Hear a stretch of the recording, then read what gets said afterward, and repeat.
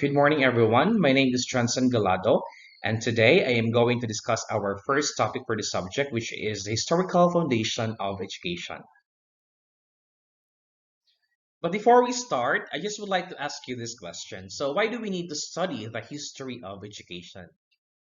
So, I believe that you already have your answers in mind, but to answer that question, the study of history of education helps teachers in training to appreciate the various aspects of their past educational process so as to link them to the present.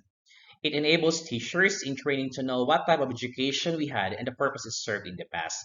So, in short, the beliefs and experiences of education today rest on the history of education. That's why it is essential that we are going to discuss or cover the historical development of education, the concepts, no, the contributions. And of course, to start with our discussion, let me share to you our learning objective for today, which is to discuss the different contributions in the development of education. So, we're going to be covering the contributions during the primitive times, or that's the pre-literate societies, or before writing, the contributions of the people in China, Japan, India, Egypt, Greek, and Roman, as well as the contributions of the people during the medieval time.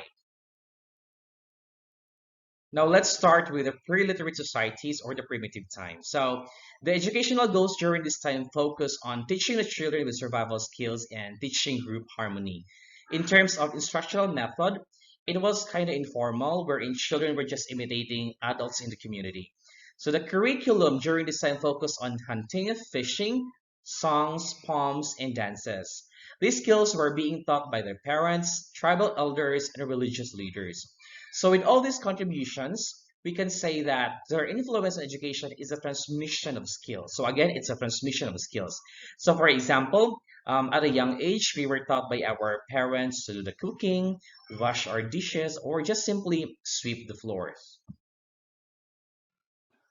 Now let's talk about China. So the educational goal during this time was to prepare elites to govern the empire according to Confucian principles, and only males of upper class were given the access to education. Their curriculum basically focused on Confucian principles, where it's being taught by the government officials. Now, one of the influences on education is the written examinations for civil service, no? That is why for most government agencies, we are required to at least pass the civil service examination before we can work. So we got that practice from the influence of Chinese people. Now let's talk about the Japanese contributions. As in many other cultures, the Japanese system of education evolved after they developed a written language. Adapting the Chinese form of writing, the Japanese aristocracy was the first to learn to read and write. Originally, Japanese borrowed heavily from the Chinese culture in providing a curriculum of study. However, eventually, the needs of Japanese society became paramount, and the educational system began to reflect a Japanese culture and belief system. So, education was also used to provide for the societal needs, such as the specific schools that we set up to train young men for civil service. Now let's proceed with the Hebrews. So the Hebrews valued education and centered the instruction around the teachings of the Bible. So they are actually biblical in nature. Now, harsh discipline also characterized educational practice along with a strict emphasis on following the laws of the Old Testament. So the basis of their discipline, no, is based on the laws of the Old Testament. Now, females were not formally educated, but instead were required to learn skills associated with homemaking, and teachers were treated with great respect, indicative of the value that Hebrew society placed on education. So, when we talk about discipline, no, the values, biblical values, so that's the contribution of the Hebrews. Now let's talk about the ancient Hindu society. So when we talk about Hindu or Hinduism, so we can link that one to Indians, no? So majority of the Indian populations believe in Hinduism. So ancient Hindu societies were based on strict adherence to a prescribed system of familial status known as the caste system. So whereby an individual status is determined by his family's place in the society. So Caste system is very common in India. Wherein there is a rank, no? So we're in the topmost rank are the Brahmins or the priests, and on the lowest rank are the Sudras. These example of Sudras are the commoners or the servants. Now, formal education helped perpetuate this system by only allowing access to boys from the highest or Brahmin caste. That's why the priests are in the Brahmin caste. No, priests were used as teachers, resulting in heavy emphasis on moral development, learning to write, and harsh discipline. So that's the contributions of ancient Hindu society. Now, to specify the contributions of Indians, so the in terms of educational goals, the focus is on learning behavior and rituals based on Vedas. Now, what are Vedas? So Vedas are actually the sacred text wherein the curriculum is focused, no? And only males of upper caste system are given access to this kind of education, and they are being taught by the Brahmins, priest scholars. And of course, the influences they have on education are the concepts of cultural transmission and assimilation, as well as spiritual detachment. Now let's talk about the Egyptians. So the Egyptians developed a very early, highly civilized society, and they had formed a writing known as hieroglyphics. And the same with Indians, they were also divided into castes. And the priests were the most highly educated segment of society, and of course, they provided the instruction for the privileged males deemed worthy for learning. Now, these are the specific contributions of the Egyptians. So, in terms of the educational goals, their goal is to prepare priests according to scribe for the empire, and of course, only the male of upper class were given a chance to be educated, or they were given a chance to get access to education. Now, for the instructional method, so they are more on memorization and copying text. And for the curriculum is focused on the religious or technical texts. And of course, these are being taught by the priests and the scribes.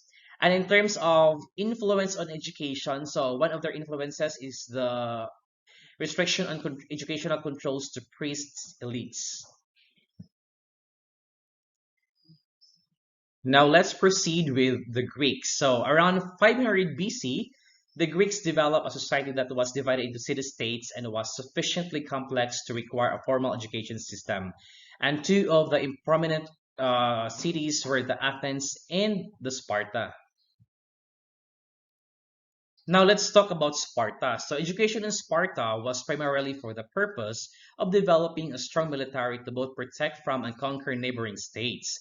Both boys and girls were subjected to a rigorous survival test of exposure to the elements during infancy to determine if they had the necessary capabilities to become warriors or mothers of warriors. Now, boys were then given physical and moral training to design to develop a strong military. The development of the intellect was considered to be a particular usefulness for Spartans. So again, the Spartans, they focused on strengthening their military services. Now, in Athens, the approach to education was designed to promote the development of both body and mind. And the boys were formally educated from the age of 8 to 16 in various disciplines, which emphasized the principles of moderation and balance. And from ages 16 to 20, the boys will then undergo military training. Now, for the girls, they were educated only at home. Now let's try to check this comparative table between the Athens and Sparta. Now in terms of curriculum, so the curriculum of Athens focused on reading, writing, arithmetic, drama, poetry, and music, whereas in Sparta, it is focusing on drill, military songs, and tactics. And in Athens, the curriculum is being taught by private teachers and philosophers, and in Sparta, it's being taught by military teachers. Now, in terms of influence on education, so for Athens, it's more on a well-rounded person, a liberally educated person, while in Sparta, it's more on the concept of military state. Now, we have to remember that ancient Greece contributed much to our way of looking and thinking about the concept of education. So, in particular, the philosophers Socrates, Plato, and Aristotle had a profound influence on modern educational practice. Well, in fact, all three believe that a person's most important purpose was to serve and improve humankind, and that education was designed for this end. So, in general, these are the contributions of Greeks. So, in terms of educational goals, that is to cultivate civic responsibility, and of course, for the students, only male children ages 7 to 20 were given access to education.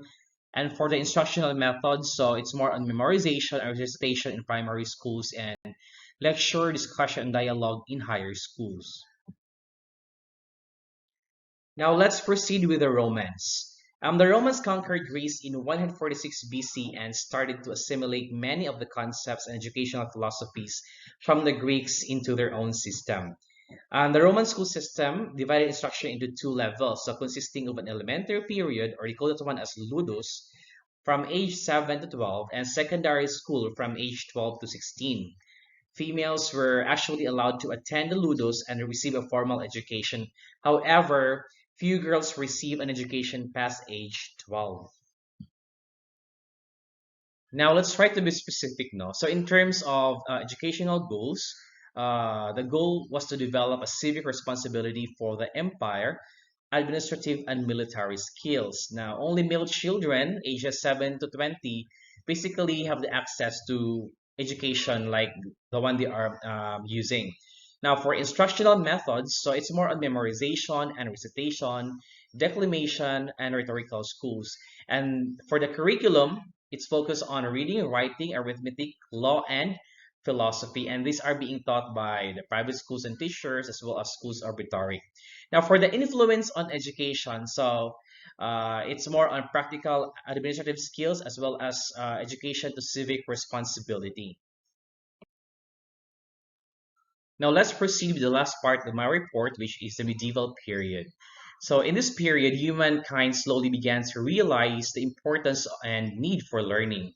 And some of the writings of Aristotle were discovered, and the Roman Catholic Church began to accept some of the doctrines of philosophy.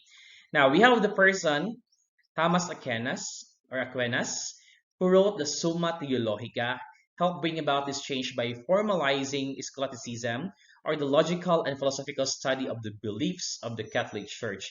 Now, in this period as well, some of the medieval universities like Bologna, Paris, Oxford, and Salerno were established and became forerunners of our modern institutions.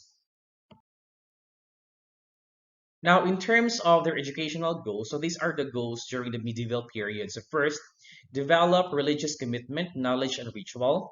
Second, establish social order. And third, prepare for appropriate roles. Now, only male children of upper class, girls and women entering religious community ages 7 to 20 were given the chance to basically participate in the educative process. Now, in terms of instructional methods, so they are more on memorization, recitation in lower schools, and text analysis and discussion in higher schools and universities. For the curriculum used, they are focusing on reading, writing, arithmetic, philosophy, theology, military, and chivalry. And of course, these are being taught by the parish, the chantry, cathedral schools, universities, and knighthood. Now, for the influence on education, so we have here structure and organization of the university, as well as institutionalization of knowledge. And that's all for my report. The next topics will be discussed by my group mates. Thank you so much for listening.